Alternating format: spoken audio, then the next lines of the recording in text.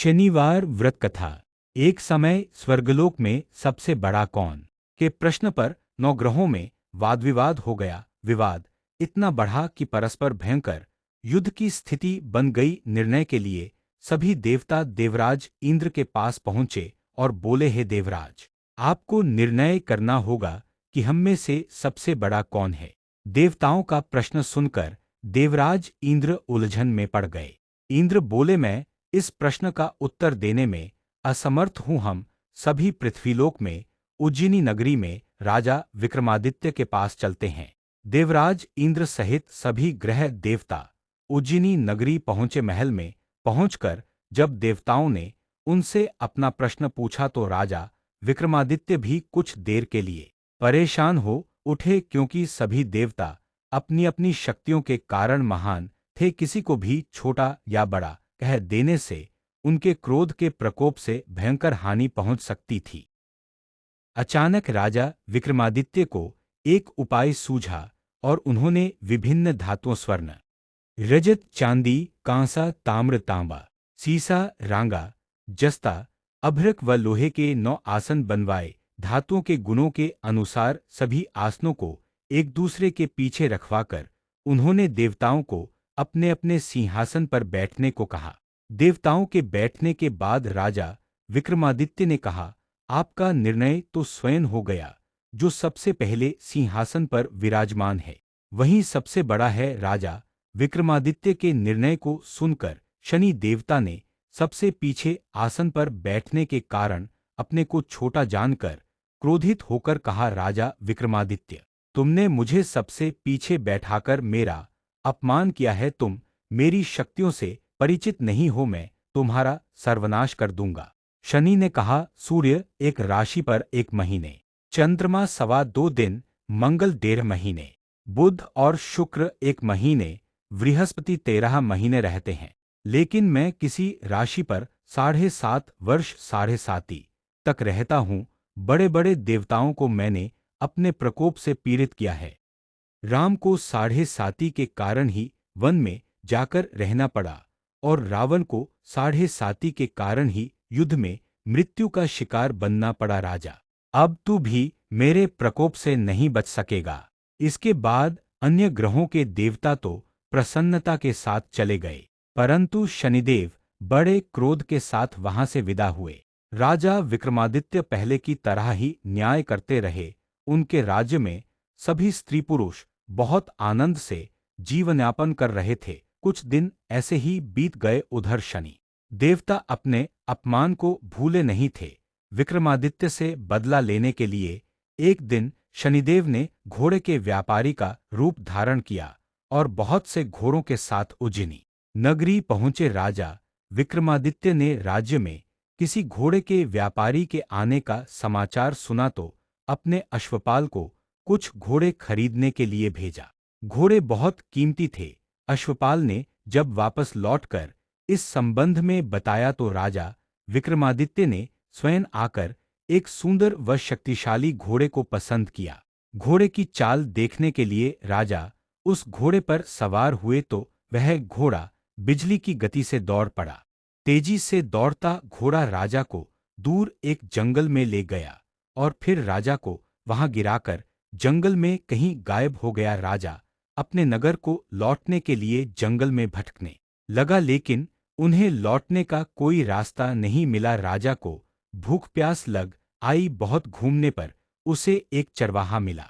राजा ने उससे पानी मांगा। पानी पीकर राजा ने उस चरवाहे को अपनी अंगूठी दे दी। फिर उससे रास्ता पूछकर वह जंगल से निकलकर पास के नगर में पहुंचा।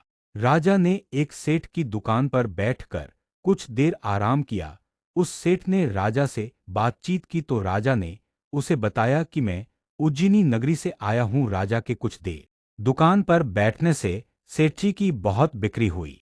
सेठ ने राजा को बहुत भाग्यवान समझा और खुश होकर उसे अपने घर भोजन के लिए ले गया। सेठ के घर में सोने का एक हार खूंटी पर लटका हुआ था। राजा को उस कमरे में छोड़कर सेठ कुछ देर के लिए बाहर गया। भी एक आश्चर्यजनक घटना घटी। राजा के देखते देखते सोने के उस हार को खूंटी निगल गई। सेठ ने कमरे में लौटकर हार को गायब देखा तो चोरी का संदेह राजा पर ही किया, क्योंकि उस कमरे में राजा ही अकेला बैठा था। सेठ ने अपने नौकरों से कहा कि इस परदेसी को रस्सियों से बांधकर नगर के राजा के पास ले चलो। राजा ने विक्रमादित्य से हार के बारे में पूछा तो उसने बताया कि उसके देखते ही देखते खूंटी ने हार को निगल लिया था। इस पर राजा ने क्रोधित होकर चोरी करने के अपराध में विक्रमादित्य के हाथ पांव काटने का आदेश दे दिया। राजा विक्रमादित्य के हाथ पांव काटकर उसे नगर की सड़क पर छोड़ दिया गया। कुछ दिन बाद एक तेली उसे उठाकर अपने घर ले गया और उसे अपने कोल्हू पर बैठा दिया। राजा आवाज देकर बैलों को हाँकता रहता। इस तरह तेली का बैल चलता रहा और राजा को भोजन मिलता रहा। शनि के प्रकोप की 7.5 पूरी होने पर वर्षा ऋतु प्रारंभ हुई। राजा विक्रमादित्य एक रात मेघ मल्हार गा रहा था कि तभी नगर के राजा की लड़की राजकुमारी मोहिनी रथ पर सवार उस तेली के घर के पास से गुजरी। उसने मेघ मल्हार सुना तो उसे बहुत अच्छा लगा और दासी को भेजकर गाने वाले को बुला लाने को कहा। दासी ने लौटकर राजकुमारी को अपंग राजा के बारे में सब कुछ बता दिया। राजकुमारी उसके मेघ मल्हार से बहुत मोहित हुई, अतः उसने सब कुछ जानकर भी अपंग राजा से विवाह करने का निश्चय कर लिया। राजकुमारी ने अपने माता पिता से जब यह बात कही तो वे हैरान रह गए। रानी ने मोहिनी को समझाया, बेटी, तेरे भाग्य में तो किसी राजा की रानी होना लिखा है, फिर तू उस अपंग से विवाह करके अपने पांव पर कुल्हाड़ी क्यों मार रही है। राजकुमारी ने अपनी जिद नहीं छोड़ी। अपनी जिद पूरी कराने के लिए उसने भोजन करना छोड़ दिया और प्राण त्याग देने का निश्चय कर लिया। आखिर राजा रानी को विवश होकर अपंग विक्रमादित्य से राजकुमारी का विवाह करना पड़ा। विवाह के बाद राजा विक्रमादित्य और राजकुमारी तेली के घर में रहने लगे।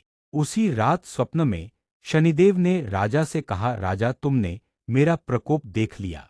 मैंने तुम्हें अपने अपमान का दंड दिया है। राजा ने शनिदेव से क्षमा करने को कहा और प्रार्थना की, हे शनिदेव, आपने जितना दुख मुझे दिया है अन्य किसी को न देना। शनिदेव ने कुछ सोचकर कहा, राजा, मैं तुम्हारी प्रार्थना स्वीकार करता हूं। जो कोई स्त्री पुरुष मेरी पूजा करेगा, शनिवार को व्रत करके मेरी व्रतकथा सुनेगा, उस पर मेरी अनुकंपा बनी रहेगी। प्रातःकाल राजा विक्रमादित्य की नींद खुली तो अपने हाथ पांव देखकर राजा को बहुत खुशी हुई। उसने मन ही मन शनिदेव को प्रणाम किया। राजकुमारी भी राजा के हाथ पांव सही सलामत देखकर आश्चर्य में डूब गई। तब राजा विक्रमादित्य ने अपना परिचय देते हुए शनिदेव के प्रकोप की सारी कहानी सुनाई। सेठ को जब इस बात का पता चला तो दौड़ता हुआ तेली के घर पहुंचा और राजा के चरणों में गिरकर क्षमा मांगने लगा। राजा ने उसे क्षमा कर दिया, क्योंकि यह सब तो शनिदेव के प्रकोप के कारण हुआ था। सेठ राजा को अपने घर ले गया और उसे भोजन कराया। भोजन करते समय वहां एक आश्चर्यजनक घटना घटी। सबके देखते देखते उस खूंटी ने हार उगल दिया। सेठी ने अपनी बेटी का विवाह भी राजा के साथ कर दिया और बहुत से स्वर्णाभूषण, धन आदि देकर राजा को विदा किया। राजा विक्रमादित्य राजकुमारी मोहिनी और सेठ की बेटी के साथ उज्जैनी पहुंचे तो नगरवासियों ने हर्ष से उनका स्वागत किया। अगले दिन राजा विक्रमादित्य ने पूरे राज्य में घोषणा कराई कि शनिदेव सब देवों में सर्वश्रेष्ठ हैं। प्रत्येक स्त्री पुरुष शनिवार को उनका व्रत करे और व्रतकथा अवश्य सुने।